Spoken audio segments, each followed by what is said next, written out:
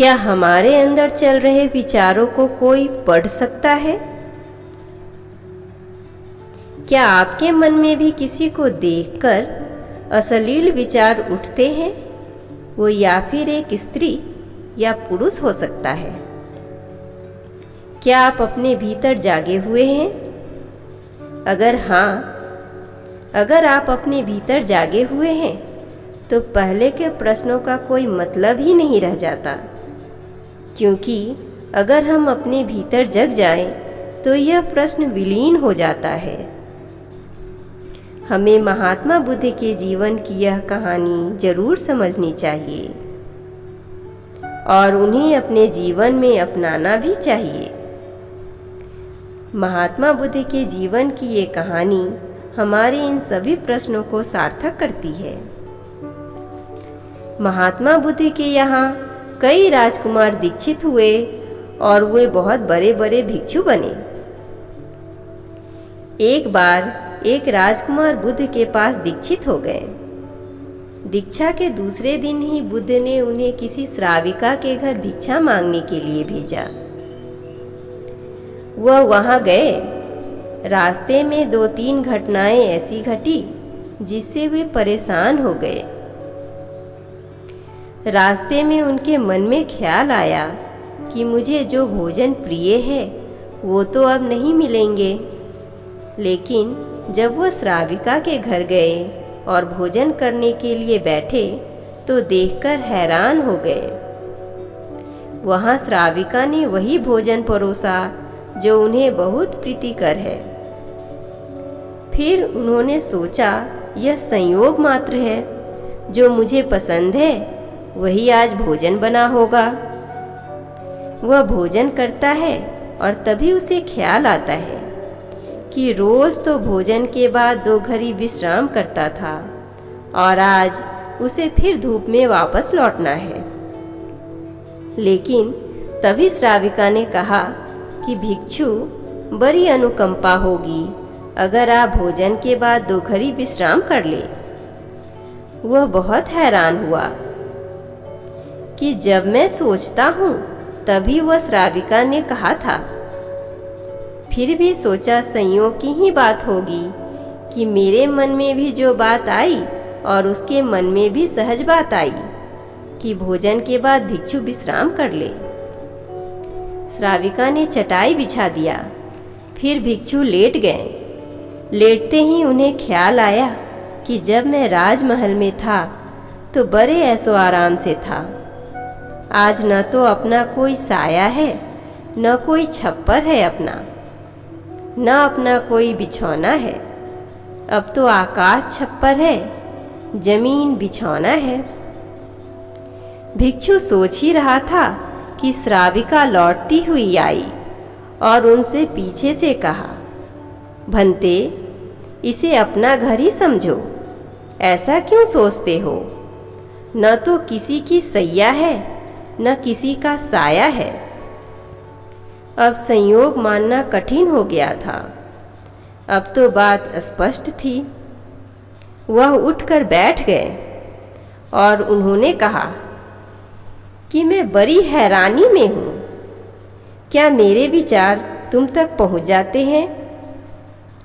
क्या मेरा अंतःकरण तुम पढ़ लेती हो? उस श्राविका ने कहा, निश्चित ही। मैं सबसे पहले स्वयं के विचारों का निरीक्षण शुरू किया था। अब तो हालत उल्टी हो गई है। स्वयं के विचार तो निरीक्षण करते करते छिन्न हो गए और विलीन हो गए। मन हो गया निर्विचार। अब तो जो निकट होता है उसके विचार को ही निरीक्षण में आ जाते हैं। वह भिक्षु घबराकर खड़े हो गए। उन्होंने कहा, मुझे आज्ञा दे, मैं जाऊं। उनके हाथ पैर कांपने लगे। उस श्राविका ने कहा, इतने घबराते क्यों हैं? इसमें घबराने की क्या बात है? लेकिन भिक्षु फिर रुके नहीं। वह वापस लौट आए और बुद्ध से बोले, क्षमा करे भगवान, उस द्वार पर भिक्षा मांगने मैं न जा सकूंगा। बुद्ध ने पूछा, क्या बात है, कुछ गलती हुई, कोई भूल हुई वहां? उस भिक्षु ने कहा, न तो कोई भूल हुई न कोई गलती। बहुत आदर सम्मान और जो भोजन मुझे बहुत प्रिय था वह मिला, लेकिन वह श्रविका, वह युवती दूसरे के मन के विचारों को पढ़ लेती है। यह तो बड़ी खतरनाक बात है, क्योंकि उस सुंदर युवती को देखकर मेरे मन में तो काम वासना भी उठी, विकार भी उठा था, वह भी पढ़ लिया गया होगा। अब मैं कैसे वहां जाऊं? कैसे उसके सामने खड़ा होऊंगा? मैं नहीं जा सकता, मैं नहीं जा सकूंगा, मुझे क्षमा करे। बुद्ध ने कहा, वहीं जाना पड़ेगा। अगर ऐसी क्षमा मांगनी थी तो भिक्षु नहीं होना था। जानकर वहां भेजा है, और जब तक मैं न रोकूंगा तब तक वहीं जाना पड़ेगा।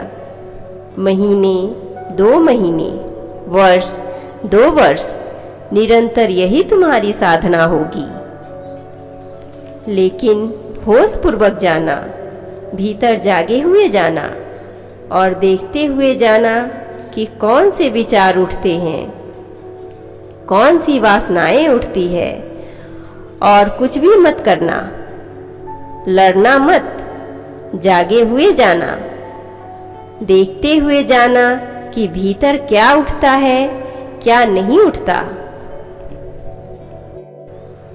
वह दूसरे दिन भी वहीं गया।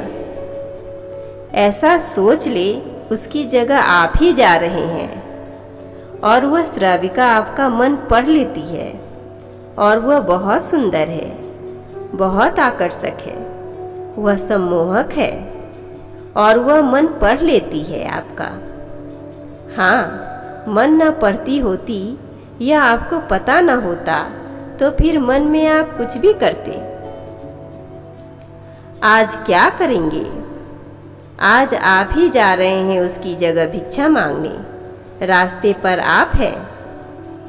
वह भिक्षु बहुत खतरे में है, अपने मन को देख रहा है, जागा हुआ है। आज पहली दफा जिंदगी में वह जागा हुआ चल रहा है सड़क पर। जैसे जैसे उस श्राविका का घर करीब आने लगा, उसका होश बढ़ने लगा। भीतर जैसे एक दिया जलने लगा और चीजें साफ दिखाई पड़ने लगी, और विचार घूमते हुए मालूम होने लगे। जैसे उसकी सीढ़ियां चढ़ा, एक सन्नाटा सा छा गया भीतर। होश परिपूर्ण जग गया। अपना पैर भी उठाता है तो उसे मालूम पड़ रहा है। श्वास भी आती जाती है तो उसे बोध में है। जरा सा भी कंपन विचार का भीतर होता है, लहर उठती है कोई वासना की, वह उसको दिखाई पड़ रही है। वह घर के भीतर प्रविष्ट हुआ। मन में और भी गहरा शांत होता गया। वह बिल्कुल जागा हुआ है, जैसे किसी घर में दिया जल रहा हो और एक एक चीज कोना कोना प्रकाशित हो रहा हो।